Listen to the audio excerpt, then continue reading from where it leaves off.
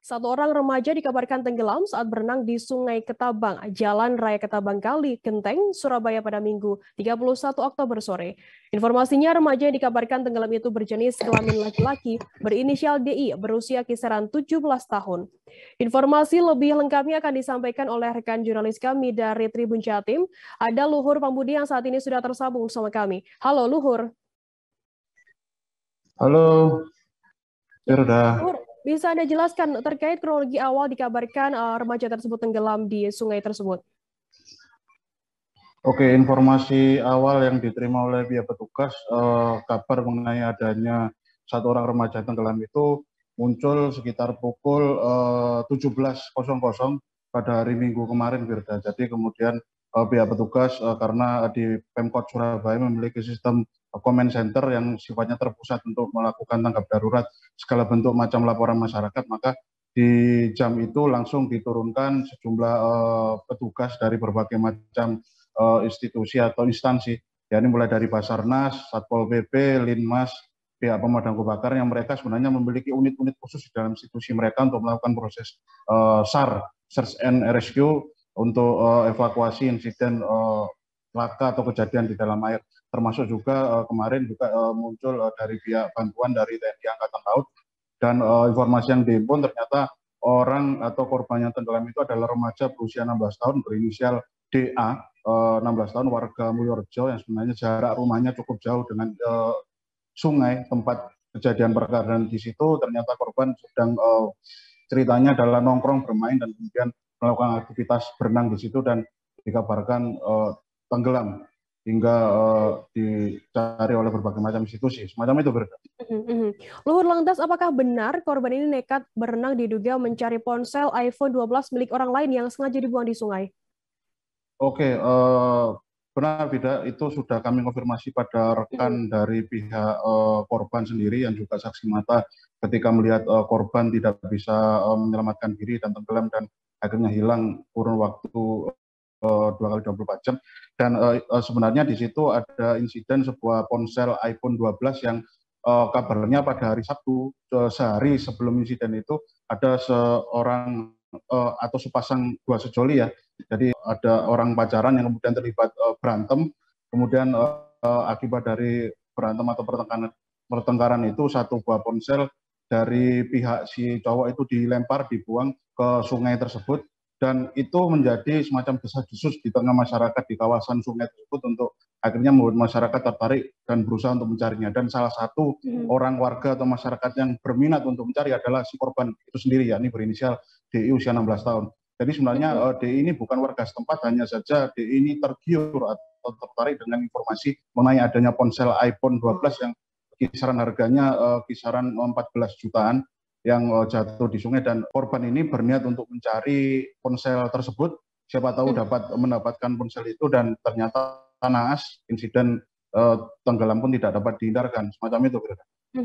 Luhur, kemudian bagaimana untuk proses pencarian dan juga evakuasi dari korban sendiri yang dilakukan oleh Basarnas? Oke, jadi pihak tim pencarian itu terdiri dari pihak Basarnas, TNI AL, Linmas, kemudian Satpol PP dan pihak pemadam kebakaran melakukan mekanisme ini ya, pencarian secara bertahap sejak hari dikabarkan menghilang. Kemudian mereka melakukan penyusuran menggunakan mekanisme yang sifatnya itu khusus untuk menangani karakteristik air yang terbilang gelap. Jadi memang kendala dari pihak tim Basarnas itu adalah karena kondisi air saat itu atau sungai itu terbilang keruh dan gelap, sehingga mereka harus melakukan mekanisme penyisiran secara sistematis. Dan di hari Minggu pihak petugas Basarnas belum bisa menemukan, dan alhamdulillah pada keesokan hari atau tepatnya hari ini, yakni Senin tanggal 1 November 2021 ini sekitar pukul 9.30 korban ditemukan di sungai tersebut berjarak 3 km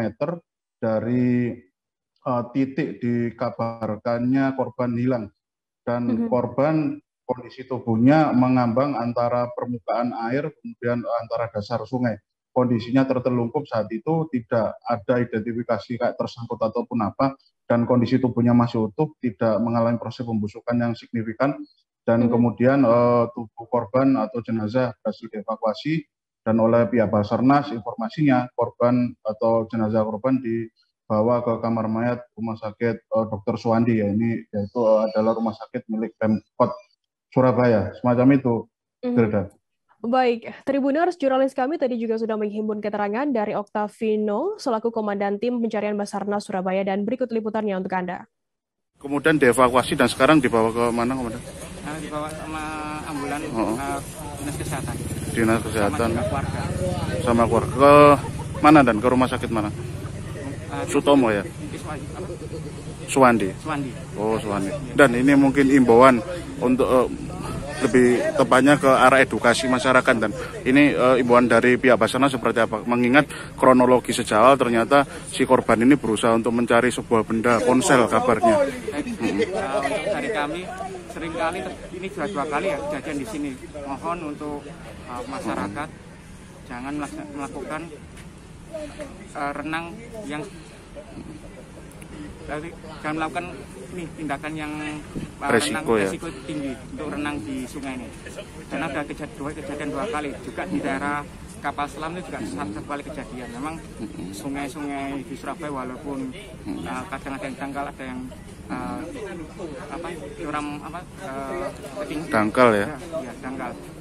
Nah, mohon untuk masyarakat agar tidak melakukan renang di sungai tanpa alat pelindung diri, yaitu pelampung.